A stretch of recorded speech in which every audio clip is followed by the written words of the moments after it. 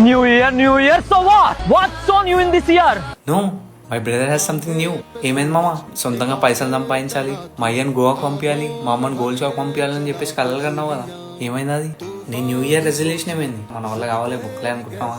నేను అలానే అనుకున్నాము. మా ఫ్రెండ్స్ అన్నుండి అమ్మాయిలనే ఫాలో చేస్తారు, అబ్బాయిని ఫాలో చేయరా అని చెప్పేసి లాస్ట్ కి రియలైజ్ అయినా నేను కంటెంట్ చేయాల్సిన ఫాలోవర్స్ కోసం కాదు, నా మజాక్ కోసం అని చెప్పేసి అప్పుడెప్పుడో పెట్టుకునే రెజల్యూషన్ లాస్ట్ వరకు నా ఎమ్మడ పడుతూనే ఉంది. కానీ ఏదో ఒకటి పెట్టుకో అనుకునే ఉంటావు, ఏదో ఒక యాప్ కనిపెట్టాలరా, పైసలు చంపేయాలరా, ఊర్లోనే కొత్త బిజినెస్ పెట్టుకోవాలా, ఊర్లో అందరికి ఒక సమాధానం ఇవ్వాలరా అని చెప్పేసి నీ మైండ్ లో రన్ అయితేనే ఉంటది కదా ఇప్పటికి. అది ఎప్పటికి నీ ఎంబడ పడుతూనే ఉంటది. మన దగ్గర పోగొట్టుకుని ఏం లేవు.